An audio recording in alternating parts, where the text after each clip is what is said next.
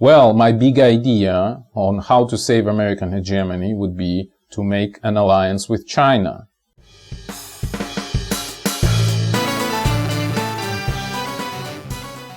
Greetings, this is Eugene the Philosopher, the greatest living philosopher after the unfortunate passing of Quentin Robert D. Nameland, who has been the greatest living philosopher before me.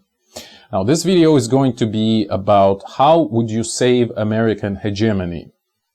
And I have an idea about this, obviously. So, it's no big piece of news for anyone that America is in deep existential trouble, meaning American hegemony, actually, not just America. So, American hegemony is on its sort of like a downward slope.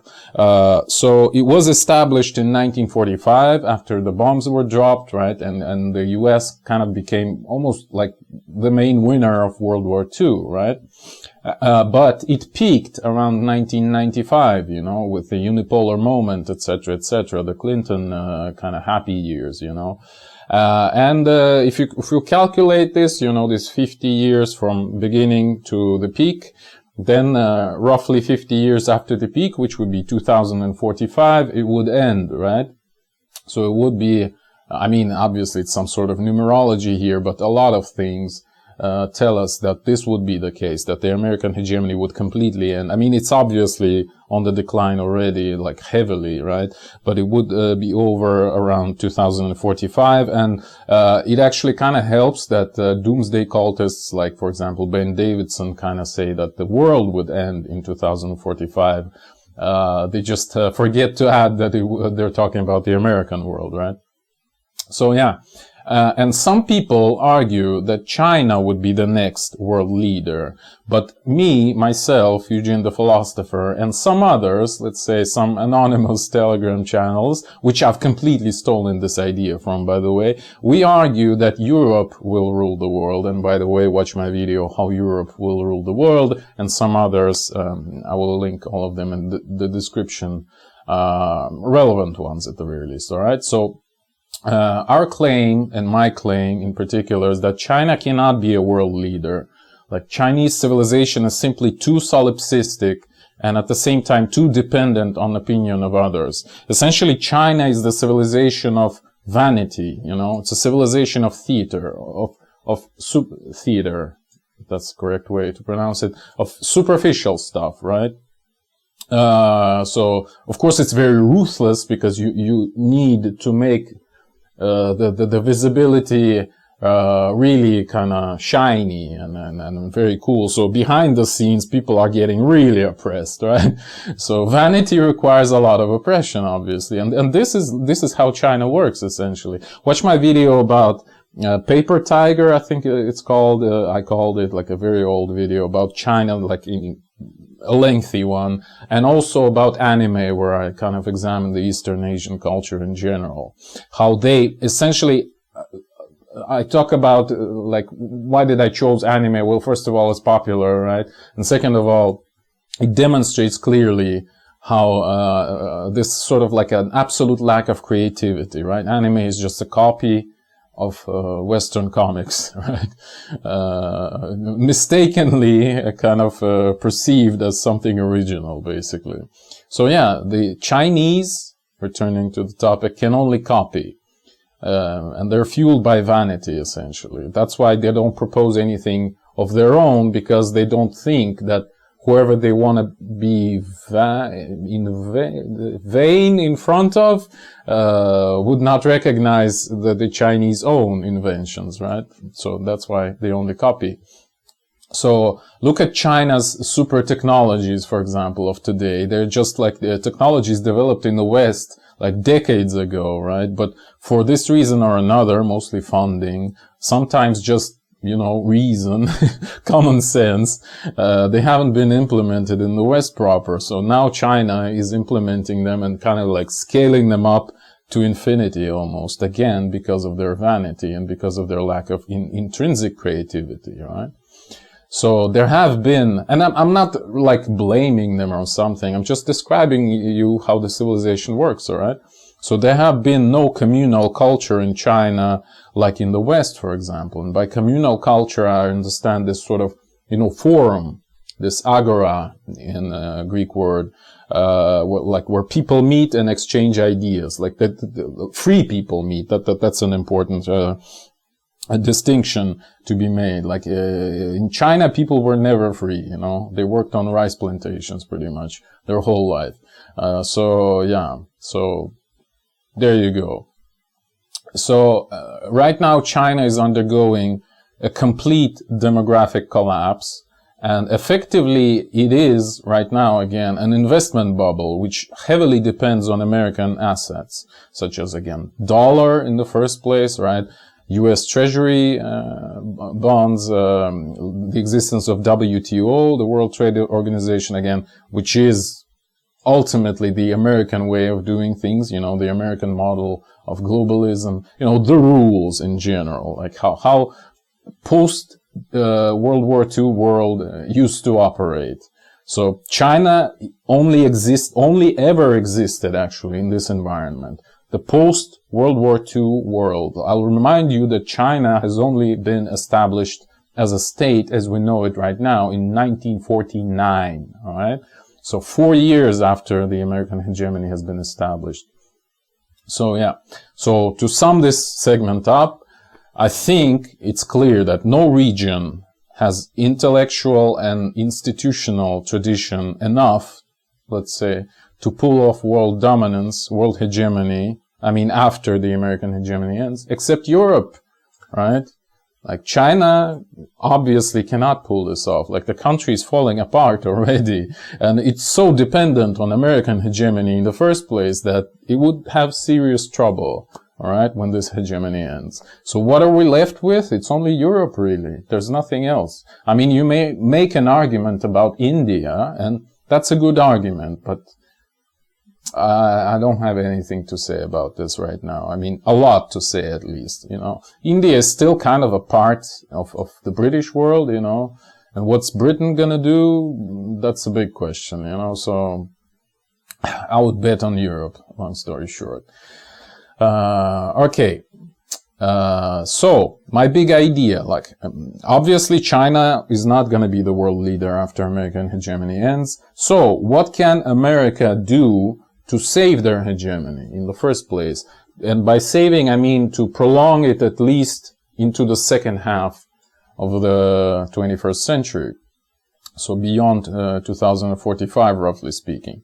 Well, my big idea on how to save American hegemony would be to make an alliance with China, okay?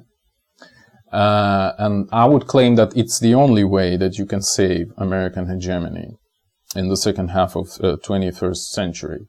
So it's really like, and it works kind of both ways, but unfortunately not quite. So what I mean by that is China needs America, America needs China in order to sort of save themselves, right?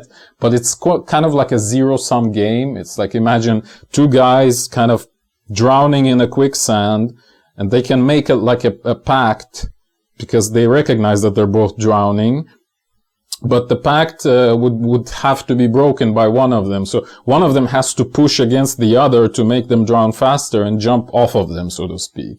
Then they can maybe save themselves. And it could be either America, it could be maybe China, okay? But I mean, it's all metaphorical, obviously. It's kind of hard to imagine how it would be implemented in practice in like, socio-economical terms, right? Political terms, you know.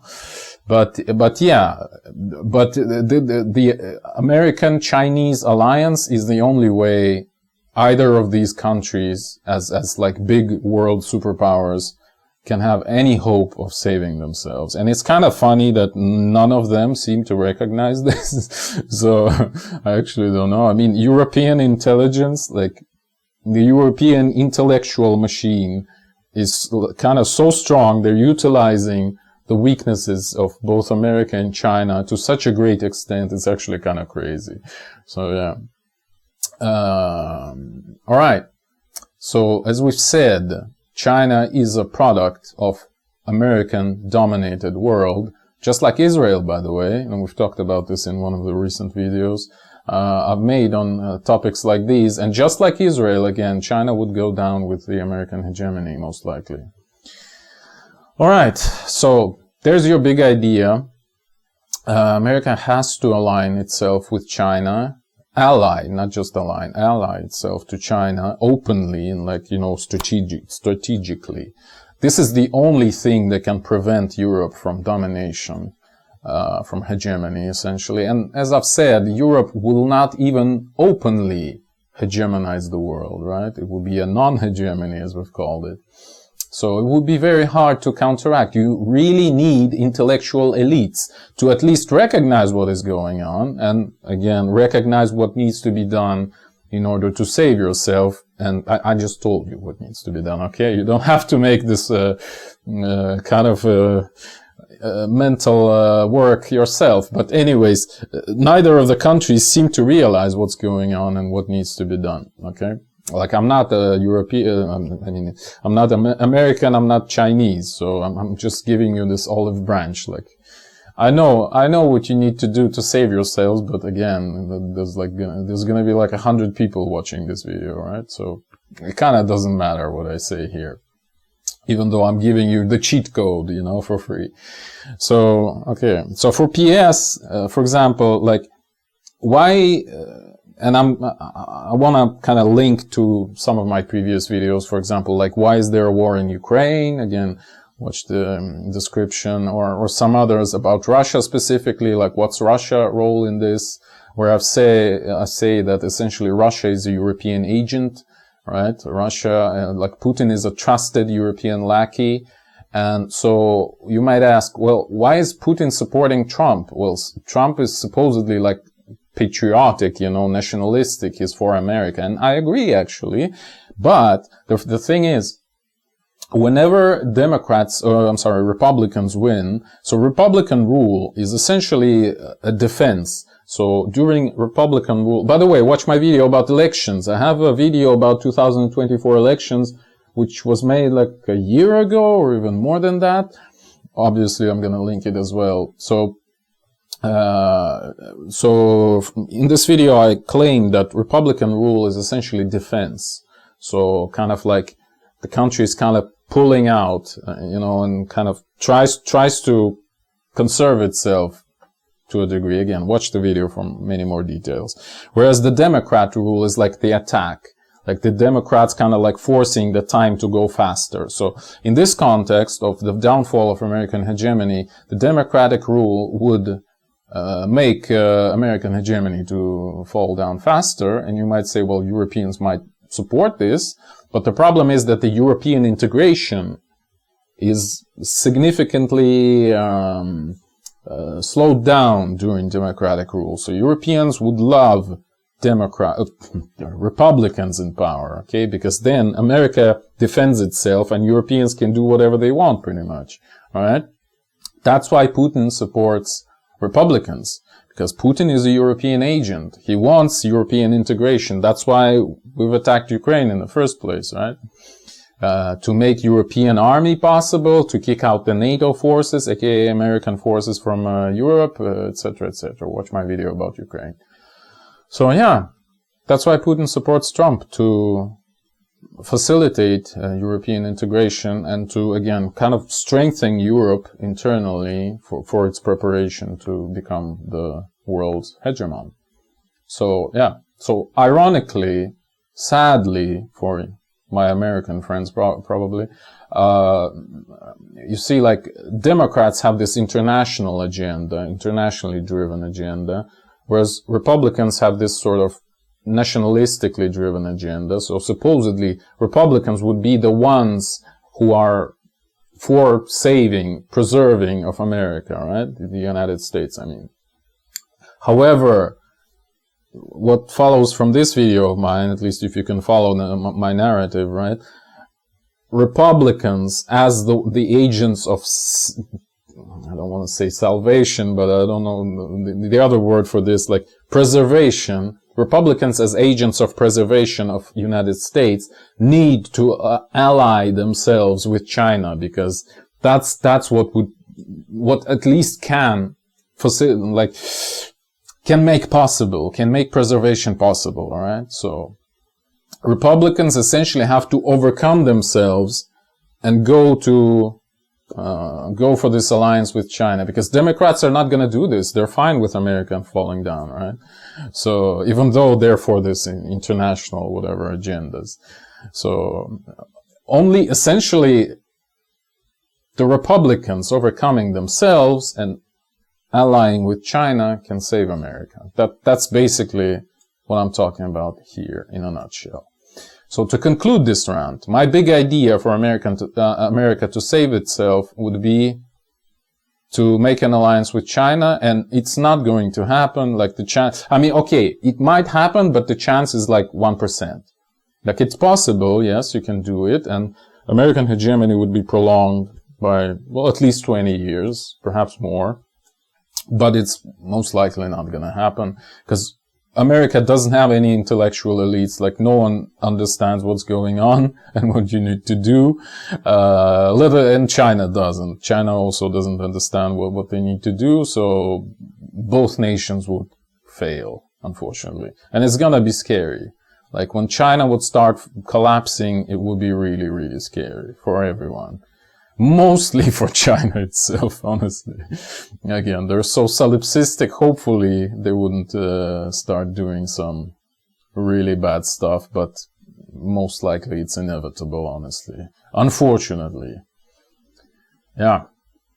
Well, I guess that will be all. Thank you for watching. The eons are closing. If you wish to support me, please consider joining my Patreon. That is patreon.com/philosopher. See the link in the description. Or if you have a scientific theory of your own and you'd like my help in developing it, please join my alternative science coaching program, also available through Patreon.